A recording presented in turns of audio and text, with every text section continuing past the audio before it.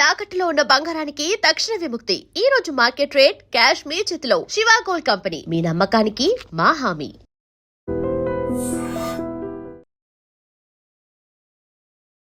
Hi, నమస్తే, welcome to ఎడ్రీ media. నేను మీ Roddam Srinivas.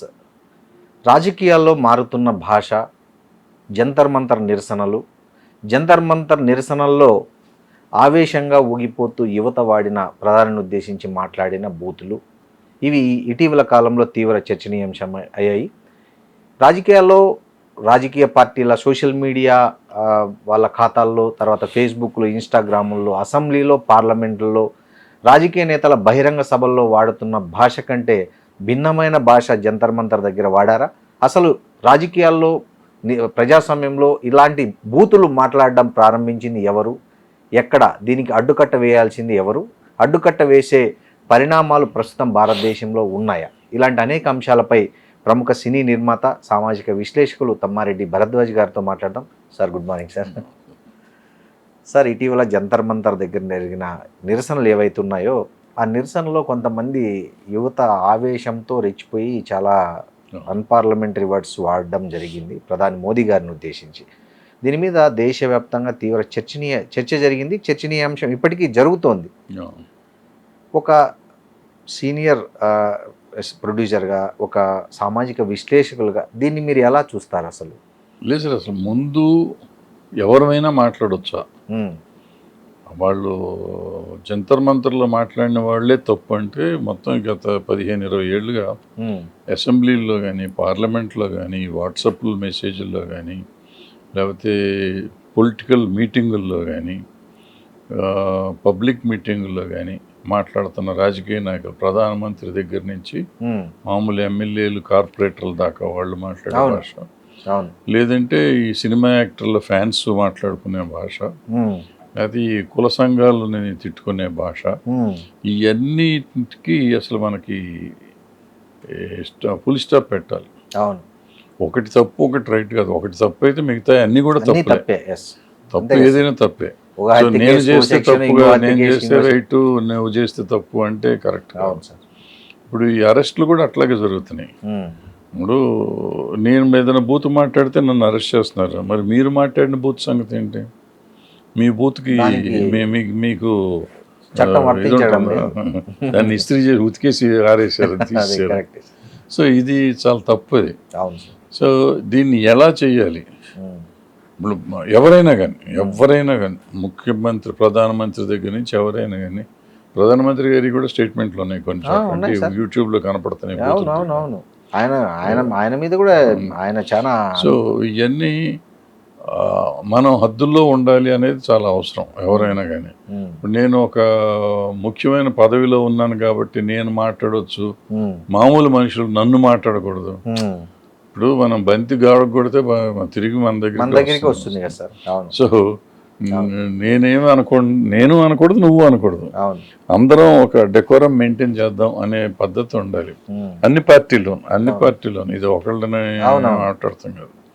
So అందరూ ఈ పర్టికులర్గా ఈ ఎలక్ట్రానిక్ మీడియా, ఇది సోషల్ మీడియా వచ్చిన తర్వాత బూతులు అనేవి బాగా పెరిగిపోయినాయి. దాంట్లో వాట్సాప్లో పెడతారు, ఫేస్బుక్లో, ఇన్స్టాగ్రామ్లో పెడతారు, యూట్యూబ్లో పెడతారు. ఈ మధ్యకాలంలో బీపులు వేస్తున్నారు. ఆ మధ్య బీపులు కూడా వేసేవారు కాదు యూట్యూబ్లో, అట్లాగే పెట్టేసేవారు. సో ఇవన్నీ ఆగాలి. ఎందుకు మనం సంస్కారహీనంగా ఉంటున్నాము? మన సంస్కారం ఎక్కడికి పోతుంది? ఈ చదువుకున్న వాళ్ళు అందులో వాట్సాప్లో పెడుతున్నారంటే ఎంతో కొంత చదువుకున్న వాళ్ళే, అంతే కదా సార్. వాళ్ళు దాంట్లో పెడుతున్నాళ్ళు. వాళ్ళు అంత బూతులు ఎలా మాట్లాడుతున్నారు? ఎక్కడ మనం వినని బూతులని పెడతారు దాంట్లో. వాళ్ళే కొన్ని ఖాయం చేస్తున్నారు కొత్త బూతులు. అట్లాగే దీంట్లో కూడా ఫేస్బుక్లో పెడతారు, యూట్యూబ్లో రీల్స్ చేస్తున్నారు బూతులతో. సో క్షమించకూడదు నా ఉద్దేశంలో ఎవరైనా కానీ. ఇప్పుడు పిల్లలు దీంట్లో మన జంతర్ మంతర్ దాంట్లోకి వచ్చేటప్పటికి ఏంటంటే, చిన్నపిల్లలు అంటే ఆడపిల్ల అని అనకూడదు కానీ ఎవరైనా కానీ పిల్లలు, ఆ వయసు పిల్లలు అలాంటి బూతులు మాట్లాడటం అనేది హర్షించదగ్గ విషయం కాదు. 100% మనం ఖండించాలి దాన్ని. అందుకని 15 ఏళ్ళ పిల్లలు మాట్లాడారంటే 75 ఏళ్ళ నేను లేకపోతే 80 ఏళ్ళు నేను మాట్లాడవచ్చా? నేను మాట్లాడకూడదు, వాళ్ళు మాట్లాడకూడదు. అంతే కదా సార్. నాకు సంస్కారం కావాలి, వాళ్ళకే సంస్కారం కావాలి. అందులో పర్టికులర్గా ఒక మనిషిని ఉద్దేశించి ఎవరినైనా కానీ ఉద్దేశించి మాట్లాడటం అనేది ఇంకా తప్పు. సో బూత్ మాట్లాడటం తప్పు, ఒక పలానా మనిషిని స్పెసిఫిక్గా మనిషిని ఉద్దేశించి మాట్లాడటం రెండో తప్పు. ఈ తప్పులు ఎవరో చేయకూడదు. అది పార్లమెంట్లో చేస్తున్నారా, అసెంబ్లీలో చేస్తున్నారా, పబ్లిక్ మీటింగ్లో చేస్తున్నారా, లేకపోతే జంతర్ మంతర్లో చేస్తున్నారా, ఎక్కడ చేసినా తప్పు. వేదిక ఏదైనా తప్పే. సార్, ప్రజాస్వామ్యంలో నిరసన తెలిపే హక్కు, విమర్శించే హక్కు ప్రతి ఒక్కరికి ఉంటుంది. కానీ ఆ విమర్శించే భాష, ఆ నిరసన తెలిపినప్పుడు వాడుతున్న భాష ఇంతగా దిగజారిపోవడానికి ప్రధాన కారణం ఏమై ఉంటుంది అంటున్నారు? అంటే కారణం ఏంటంటే సార్, ఇప్పుడు మన దగ్గర భాష దిగజారిపోతాను. ప్రాబ్లము మనసులో ఉన్న ఒక స్టాండర్డ్స్ దిగజారిపోతున్నాయి. ఓకే. మనకి అది ఒక రకంగా చెప్పాలంటే ఇది మామూలు రోజు వాడుక భాషలాగా తయారైన బూతులని. సో ఈ మధ్యలో ఈ గత 10-15 ఏళ్ళుగా అసలు బూతులు లేకుండా మాట రాని పరిస్థితి తయారైపోయింది మనుషుల్లో. సో అది కొలక్యువల్ లాంగ్వేజ్ అనుకోవాలా, లేకపోతే కావాలని బూతులు తిడుతున్నారు అనుకోవాలా, ఏదైనా దిగజారుడు తనం మాత్రం పెరిగిపోయింది. దాన్ని కంట్రోల్ చేయాల్సిన అవసరం ఉంది. సో అందరూ కంట్రోల్ చేయాలంటే ప్రధానమంత్రి గారు మొన్న ఇచ్చినప్పుడు క్షమిస్తున్నాను కాదు, ఇది అరికట్టాలి మనం. నేను చేసి ఉంటే నన్ను క్షమించండి, నేను చేయొద్దు మీరు చేయొద్దు అనే పద్ధతి వాడుంటే బాగుండు. కేవలం నేను మాత్రమే క్షమిస్తున్నానంటే ఈయన అన్న మాటలు పరాకాష్ట. అదే ఈయన క్షమించడం నిజంగా గొప్ప విషయం. ప్రధానమంత్రి స్థాయిలో ఉన్న ఆయన అంత బూతులు తిట్టినా కూడా నేను క్షమిస్తున్నాను అన్నది నిజంగా hats off to him. At the same time అది కాదు, ఆయన కూడా చెప్పాల్సింది బాధ్యత ఉంది. ఎందుకంటే ఆ రోజున వాళ్ళని కొట్టారు, తుపాకులతో కూడా కాల్చారు, AK-47తో కాల్చారు, టియర్ గ్యాస్ వాడారు, లాఠీలతో అమ్మాయిల్ని చాలా అసహ్యమైన చోట కూడా చోట్ల కొట్టారు. ఇన్ని చేస్తే దానికి క్షమాపణ చెప్పలేదు. కరెక్ట్. ఆ బూతులు మాట్లాడిన ఒకటి మాత్రం దాని గురించి మాత్రం మాట్లాడారు. ఇది చాలా బాధాకరమైన విషయం. బట్ ఏదైనా కానీ చేసింది ఒక మంచి పని ఉన్నా మిగిలినవి కూడా చేసి ఉంటే బాగుండేది, ఆయన హుందాతనం పెరిగి ఉండేది. సార్, నాయకులు ఎలా మాట్లాడితే సమాజం అలా మాట్లాడుతుంది. ఇది ఎందుకంటే తరతరాలకు వస్తున్నది. చెప్తారు కదా సామెత, గాంధీ గారిని ఎవరో మా పిల్లాడు ఎక్కువ బెల్లం తింటున్నాడు చెప్పు అంటే కొద్ది రోజులు టైం కావాలన్నాడు అంటారు. అది ఎందుకంటే నేను తింటాను, నేను మానేసి కదా అతనికి చెప్పాల్సింది అని. సో అలా నాయకులు ఎలా మాట్లాడితే సమాజం అలా మాట్లాడుతుంది కదా సార్. మరి పెద్దల సభల్లో అంటే ఇప్పుడు అసెంబ్లీలో పక్కన పెట్టండి, పార్లమెంట్లో, రాజ్యసభలో కూడా బూతులు మాట్లాడుతున్నారు. పార్లమెంట్ బయట, పార్లమెంట్ లోపల బూతులు మాట్లాడుతున్నారు. సో మేము మాత్రం మాట్లాడతాము అని యువత మాత్రం మీరు మాట్లాడకూడదు అనేది ఎంతవరకు సబబు అంటారు? తప్పది. ఎవరు మాట్లాడకూడదు, నేను మాట్లాడినా మీరు మాట్లాడొద్దు అనే లెవెల్లో ఉండాలి తప్ప నేను మాట్లాడతాను, నా వాళ్ళు మాట్లాడతారు, మీ వాళ్ళు మాట్లాడకూడదు మళ్ళీ దాంట్లో కూడా రూల్స్ ఇద్దరికీ ఉండాలి కదా. అవును సార్. సార్, గతంలో వాజ్పేయి గారు కానీ, పివి నరసింహారావు గారు కానీ, నెహ్రూ గారు కానీ, వీళ్ళందరూ చాలా తీవ్రమైన విమర్శను కూడా చాలా సంస్కారవంతమైన భాషలో చెప్పేవాళ్ళు. జోకులు వేసుకుంటే చెప్పేవాళ్ళు. చాలా తీవ్రమైన విమర్శను కూడా చాలా సంస్కారవంతమైన భాషలో చెప్పేవాళ్ళు. బట్ ఇప్పుడు కంప్లీట్ ఆపోజిట్ అయిపోయింది. అంటే వ్యక్తిగత విమర్శలు, తల్లిని, చెల్లిని, పెళ్ళామును, ఆడోళ్ళను, కులాన్ని, మతాన్ని, వర్గాన్ని, ప్రాంతాన్ని ఇన్నిటిని లాగి నోటికొచ్చిన కూతులు. అంటే ఒక రకంగా చెప్పాలంటే దీనికోసం ప్రత్యేకంగా కొన్ని టీంలే పెట్టుకున్నారు. అంటే ఈ బూతులు జాడి చేయడానికి కొన్ని టీములు పనిచేస్తున్న దౌర్భాగ్యం ఇప్పుడు. అవును. సో ఈ పరిస్థితుల్లో ఈ పరిస్థితిని మనం ఎట్లా అర్థం చేసుకోవాలి? ఇంతకుముందు స్పీచ్లు రాయించుకునే వాళ్ళు ఇప్పుడు బూతులు రాయించుకుంటున్నాం. Correct sir, correct. ఇప్పుడు బూతులు రాయించుకుంటున్నారు సార్. ఎంత పెద్ద బూతు వాడితే అంత గొప్ప అన్నట్లు. అసలు వాళ్ళు సిగ్గుపడడు కూడా అట్లే, అది ఏదన్నా అయ్యి అటు ఇటు అయితే. మరీ చట్టసభల్లో మాట్లాడతాం అనేది అసలు మరీ క్షమించరాని నేరం. అసలు ముందు క్షమాపణల కంటే కూడా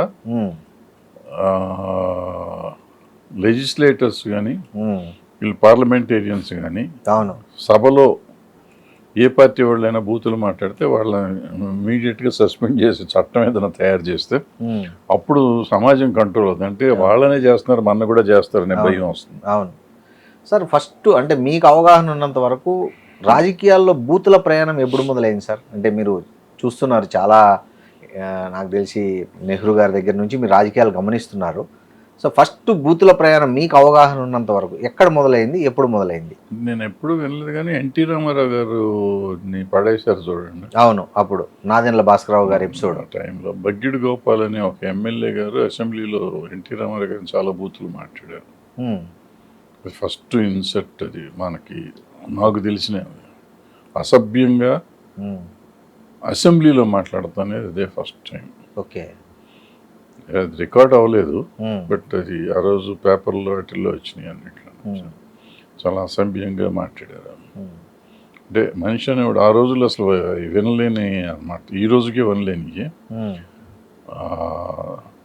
అంటే విన్న వాళ్ళ కళ్ళెమ్మటి నీళ్ళు వచ్చే లెవెల్లో చేశారు అన్నమాట. అంత అసభ్యంగా మాట్లాడాను. ఓకే. సో ఆ తర్వాత మెల్లిమెల్లిగా ఇక అలవాటు అయిపోయింది చాలామందికి. చాలామంది మాట్లాడటం మొదలెట్టేశారు. ఓకే, తర్వాత పై స్థాయి వరకు వెళ్ళింది. తర్వాత ఈ మధ్యకాలంలో లాస్ట్ 10 years నుంచి 10-15 years నుంచి ఈ పార్టీలు వచ్చినాక ఆంధ్ర రాష్ట్రంలో ఏ పార్టీ అని కూడా సంబంధం లేకుండా ఇద్దరు అసెంబ్లీలో మాట్లాడే మాటలు చాలా అసహ్యంగా ఉన్నాయి. లెజిస్లేటర్లు, మంత్రులు కూడా.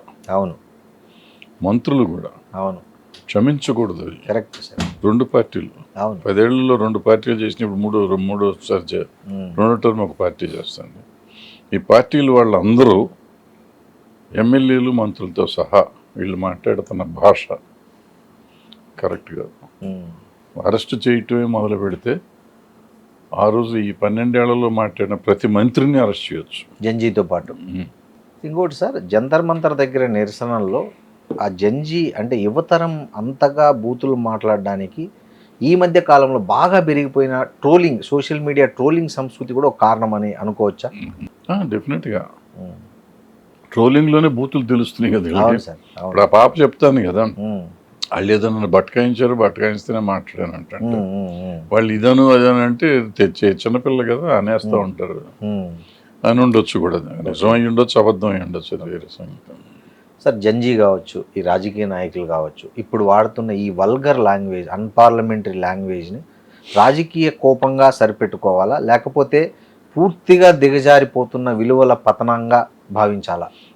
దిగజారిపోతున్న విలువలే. ఓకే, 100% దిగజారిపోతున్న విలువలే. అంటే మనిషికి మనం ఆంధ్ర రాష్ట్రం పర్టికులర్గా ఆత్మగౌరవంతో పుట్టింది. ఎన్టీ రామారావు గారు తెలుగువాడి ఆత్మగౌరవం తీసుకొచ్చాడు. తెలుగు వాళ్ళ ఆత్మగౌరవం వీళ్ళు ఈ బూతులు మాట్లాడి సగం పోగొడుతున్నారు. సో వీళ్ళతో పాటు భారతదేశం అందరూ చేస్తున్నారు, అందరూ ఆత్మగౌరవం పోగొడుతున్నారు. ఇండియన్ అంటేనే బూతులు మాట్లాడతాడు అనే లెవెల్కి తీసుకెళ్ళిపోతున్నారు. ఏమన్నంటే ఇంగ్లీష్లో మాట్లాడతలేదా, ఇంగ్లీష్లో మాట్లాడితే రైటు, మన భాషలో మాతృభాషలో మాట్లాడితే తప్ప అంటారు కొంతమంది. ఏ భాషలో మాట్లాడినా తప్పే, ఎందుకు అనాలి? వాడు ఏదో అంటాడు, వాడికి తెలుసో తెలియక వాళ్ళు అన్నారు. వాళ్ళకు ఒక మనం ఇప్పుడు ఏం చెప్తున్నాం, మనకు సంస్కారం ఉంది, సంస్కృతి ఉంది అని చెప్తున్నాం. ప్రపంచంలోనే సనాతన ధర్మం అని కూడా చెప్తున్నాం రోజు. మొదట సంస్కృతి పుట్టింది భారతదేశంలో అని మనం చెప్తున్నాం. మరి సంస్కారవంతులమైన సంస్కృతి కలవాళ్ళ మనం సంస్కారహీనంగా మాట్లాడతాం అనేది ఎంతవరకు కరెక్ట్? ఎవరైనా కానీ మొదటి ప్రపంచంలోనే సంస్కారం, సంస్కృతి పుట్టిన దేశంలో మనం ఉండి దాన్ని మనం క్లెయిమ్ చేసుకుంటూ ఏదో అది అనామకుల్లాగా, ప్రిమిటివ్ పీపుల్ లాగా బూతులు మాట్లాడతాం అనేది ఎంతవరకు కరెక్ట్? అది సిస్టమ్. అంటే మనమే డబుల్ స్టాండర్డ్స్తో బతుకుతున్నాం. కరెక్ట్. ఒక రకంగా మనం చాలా గొప్పవాళ్ళం అని చెప్తున్నాం, ఒక రకంగా మనం చాలా దిగజారిపోయిన వాళ్ళం అని మాటల్లో చెప్పచ్చు. అంతే కదా సార్, చేతల్లో చాలా దిగజారిపోయిన, చాలా చేతల్లో అయితే దిగజారిపోయి ఉంటాం. మాటల్లో మాత్రం మేము 10,000 సంవత్సరాలు 1,00,000 సంవత్సరాల కిందే మాకు సంస్కృతి ఉందని చెప్పే లెవెల్లో మనం. అవును సార్. రాజకీయ పార్టీలు యూత్ను ముఖ్యంగా జంజీ కొంచెం అలాంటి తరహా వాళ్ళను తమ సోషల్ మీడియా వింగుల్లో రిక్రూట్ చేసుకొని వాళ్ళ ద్వారా తమ రాజకీయ ప్రత్యర్థుల మీద బూతులు దాడి చేయిస్తున్నారు. ఇది ఈ పార్టీ ఆ పార్టీ అని లేదు, అన్ని పార్టీలు చేయిస్తున్నాయి. సో ఒక పక్క ఇట్లా బూతుల దాడి చేయిస్తూ మళ్ళీ మరోవైపు తమ వరకు వస్తే మాత్రం విక్టిమ్ కార్డు చూపించడం అనేది ఎలా అర్థం చేసుకోవాలి అసలు? అర్థం చేసుకోవటం ఏం లేదు. ఇప్పుడు అదే రాజకీయం అయిపోయింది. దీన్ని ఎందుకు ఎలా ఏంటి అని ఆలోచించేది లేదు మనం. ప్రతి వాళ్ళు మనం విక్టిమ్ సింపతి కావాలి, మళ్ళీ బూతులు తిట్టాలి. అంటే సినిమా హీరో అనేసరికి హీరో చొక్కా చించుకుని వచ్చి ఫైటింగ్ చేయాలి కదా, 6 ప్యాక్ చూపించాలి. 6 ప్యాక్ చూపించినట్టు రాజకీయ నాయకులు చూపించలేరు కదా, బూతులతో చూపించాలి. వాళ్ళు ఎంత చేస్తే అంత మాసీగా ఉంటాం. మాస్ డైలాగులు అంటాం కదా, ఈ బూతులన్నీ మాస్ డైలాగుల కింద ఫీలింగ్ వచ్చినాయి. సో సినిమాల్లో మాట్లాడినట్టు ఇక్కడ కూడా మాట్లాడుతున్నారు. సినిమాల్లో పాపం సెన్సార్ వాళ్ళు అప్పటికి కట్ చేస్తూ ఉంటారు. చిన్న చిన్న నీ అమ్మ నీ నా కొడకాలు కూడా కట్ చేస్తున్నారు. అయినా కూడా వచ్చేస్తున్నాయి. అవి మనం అసెంబ్లీలో కూడా మాట్లాడుతున్నాం, పార్లమెంట్లో కూడా మాట్లాడుతున్నాం. అవును. సరే, మీరు సినిమా రంగానికి చెందిన పెద్దలు కాబట్టి అడుగుతున్నా, ఈ సినిమాల్లో కూడా ఈ మధ్య బూతులు, ఈ వల్గర్ డైలాగ్స్ కూడా చాలా సర్వసాధారణమైపోయాయి. ఇంకా విషాదం ఏంటంటే ఈ డైలాగులకు సినిమా హాల్లో చప్పట్లు కొడుతున్నారు. ఇప్పుడు ఆ మధ్య ఒక పుష్ప సినిమాలో వచ్చిన దాన్ని రఫా రఫా అనేది ఎంత పెద్ద కాంట్రవర్సీ అయిందో చూసాం. బయట రాజకీయాల్లో కూడా వాడేసుకుంటున్నారు. అంటే ఈ రియల్ లైఫ్ ప్రభావమే రియల్ లైఫ్ మీద కూడా పడి ఆ బూతులు అనేటివి యాక్సెప్టెన్సీ వచ్చింది ఆ సమాజంలో. వచ్చింది కొన్ని వాటిని యాక్సెప్టెన్స్ కాదు, అది అలవాటు చేసేసుకున్నారు. ఇప్పుడు మనం జనరల్గా ఇళ్లల్లో ఉంటే బూతులు మాట్లాడడం, బయట ఎన్ని బూతులు మాట్లాడి ఇంట్లోకి వెళ్తే మాట్లాడడం. ఇప్పుడు ఇంట్లో కూడా మాట్లాడేస్తున్నారు. అవును, ఆడపిల్లలు ఉన్నారు అనే ఆలోచన కూడా లేకుండా మాట్లాడేస్తున్నారు. ఇంతకుముందు ఆలోచన ఉండి అసలు ఇంట్లో ఒక మాట ఉండేది కాదు. సార్, ఈ బూతుల కాలుష్యానికి అడ్డుకట్ట వేయాలంటే ఏం చేయాలి అసలు? ఏం చేయలేము, సమాజం అటు మారిపోయింది అనుకుని మనం మారాలి అంతే. ఓకే, అంతేనా సార్? సో సినిమాల్లో కూడా దీన్ని కట్టడి చేసే పరిస్థితులు లేవండి. అంటే చేస్తున్నారు పాపం, సెన్సార్ వాళ్ళు చేసే పని చేస్తున్నారు. ఓకే, చాలా వరకు కట్ చేస్తున్నారు. నా సినిమాలో ఒకసారి రాస్కెల్ అంటే కట్ చేశారు. ఏ సినిమాలో సార్? స్వర్ణక్లో, స్వర్ణక్ సినిమాలో. ఓకే, రాస్కెల్ కట్టు. ఓహో, అంతకుముందు నా సినిమా టైటిల్ దొంగ రాస్కెల్. దొంగ రాస్కెల్ వదిలిపెట్టారు, రాస్కెల్ అంటే కట్ చేశారు. ఓకే, అదేంటంటే అప్పుడు ఆఫీసర్ గారు చెప్పారు, సందర్భం అండి, ఆయన చీఫ్ మినిస్టర్ రాస్కెల్ అనే పదం వాడకూడదు. చీఫ్ మినిస్టర్ క్యాండిడేట్ రాస్కెల్ అనే పదం వాడతాడు, ఆయన ఆ మాట అనకూడదు సార్, ఆ పదవికి ఒక గౌరవం ఇవ్వాలి అన్నాడు. అంటే ఇప్పుడు ఇవన్నీ చూస్తుంటే ఆఫీసర్ గారి మీద నాకు గౌరవం పెరిగింది. ఆ రోజు నాకు కోపం వచ్చింది. కరెక్టే, ఆ రోజు నాకు కోపం వచ్చింది. ఆయనే ఆఫీసర్గా ఉన్నప్పుడు దొంగ రాస్కెల్ సినిమాకి నాకు సర్టిఫికెట్ ఇచ్చారు. ఆయనే ఆఫీసర్గా ఉండే స్వర్ణక్ సినిమాలో రాస్కెల్ కట్ చేశారు. అంటే సందర్భోచితంగా డైలాగ్ని ఒప్పుకోవటం అనేది. అవును, ఇప్పుడు అట్లా లేదు. ఏదో చేసేస్తున్నారు, గుడ్లో మెల్ల నడిచిపోతూ ఉంది. సార్, మీకు అవగాహన ఉన్నంత వరకు బూతులు ఎక్కువ మాట్లాడే పొలిటీషియన్ ఎవరు సార్? ఎవరు లేరు, అందరూ అయితే ఉన్నారు. అంటే వైఎస్ఆర్సీపీలో ఉన్నారు భయంకరంగా, తెలుగుదేశంలో ఉన్నారు, జనసేనలో ఆయన బూతులు మాట్లాడరు కానీ మాస్ డైలాగులు చెప్తారు నాయకుడు. బట్ జనసేనలో ఏంటంటే ఈ వాట్సాప్ బ్యాచ్ కానీ లేకపోతే మామూలు మెసేజ్లు పెట్టేవాళ్ళు మాత్రం చాలా బూతులు మాట్లాడతారు, ఎక్కువ మాట్లాడతారు. ఇక ఆ ఫాలోవర్స్ అందరూ ఇక బూతులేదండి. నేషనల్ పార్టీలను చూసుకుంటే సార్, నేషనల్ పార్టీలో బీజేపీ వాళ్ళు ఎక్కువ మాట్లాడతారు. సనాతన ధర్మం అంటారు, నోటికొచ్చిన వాళ్ళు అసలు అన్ని ఆడవాళ్ళు అంటే ఒక రెస్పెక్ట్ లేకుండా మాట్లాడతారు. మళ్ళీ ఆడవాళ్ళని రెస్పెక్ట్ ఇవ్వాలని వాళ్ళే చెప్తారు.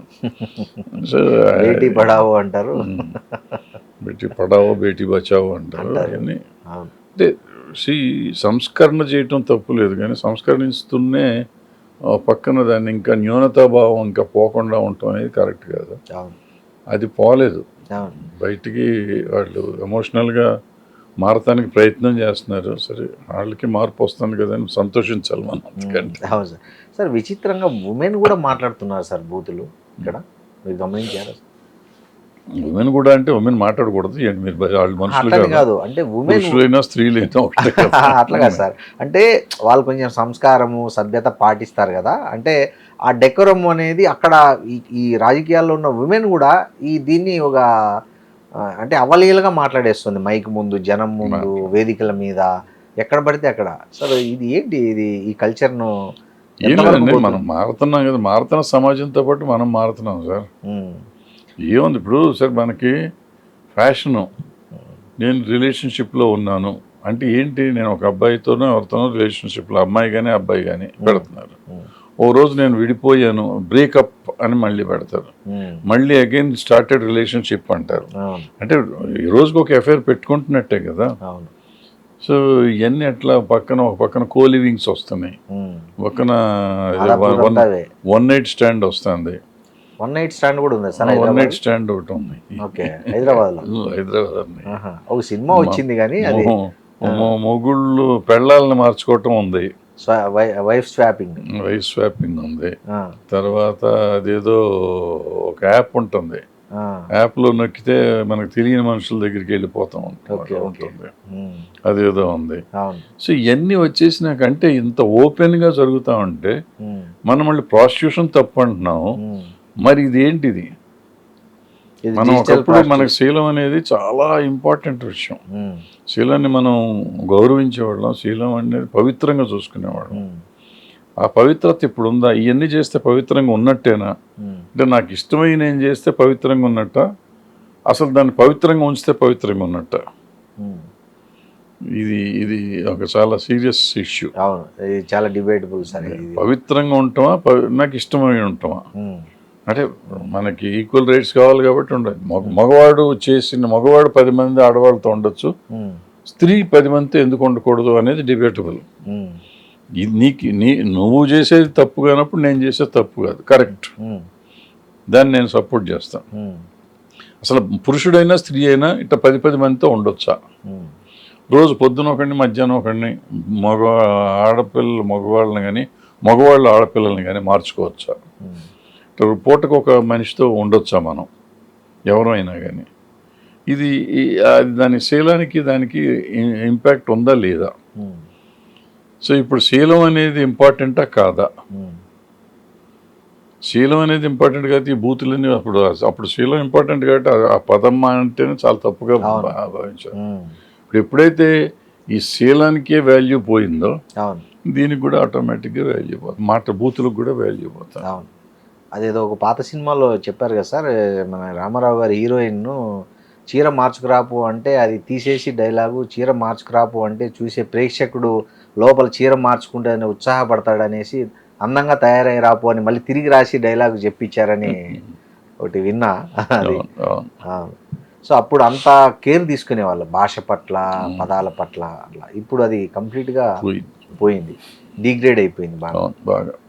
సార్ ఇది ఫైనల్గా ఇది ఎక్కడికి దారి తీస్తుంది సార్ సొసైటీలో? ఏం లేదు, మారుతున్న సమాజంతో మారుతుంది అనుకోవటమే. మనం ఇది భాగం అయిపోతుంది, మనం ఏదో రాతియుగానికి వెళ్తున్నాం అంతే. మళ్ళీ రాతియుగం నుంచి మళ్ళీ కొత్త మోడర్న్ యుగానికి వస్తాం, వచ్చేటప్పుడు మళ్ళీ మారుతుంది అంతే. రాతియుగంలో ఇట్టాగే మాట్లాడుకునేవారు అనుకునేవారు, ఇప్పుడు వాళ్ళు అట్టాగే అప్పుడు కూడా అంతే కదా సార్. ఏదో కొంచెం బట్టలు కూడా లేకుండా తిరిగాము, మళ్ళీ ఆకులు మూసుకున్నారు, తర్వాత తోళ్ళు, తర్వాత బట్టలు వచ్చాయి. సో మళ్ళీ బట్టలు లేకుండా వెళ్తారు. ఇప్పుడు ఆల్రెడీ మనం లాగులు వేసుకుని తిరగట్లేదా? అవును సార్. మా చిన్నప్పుడు లాగు వేస్తే చిచ్చి పోట్లాడి ప్యాంట్ కోసం పోరాడేవాళ్ళం. ఇప్పుడు నాకు విచిత్రం, ఈ మధ్యకాలంలో మా కమ్యూనిటీలో ఈ పెద్దవాళ్ళంతా లాగులు వేసుకుని కనపడుతున్నారు.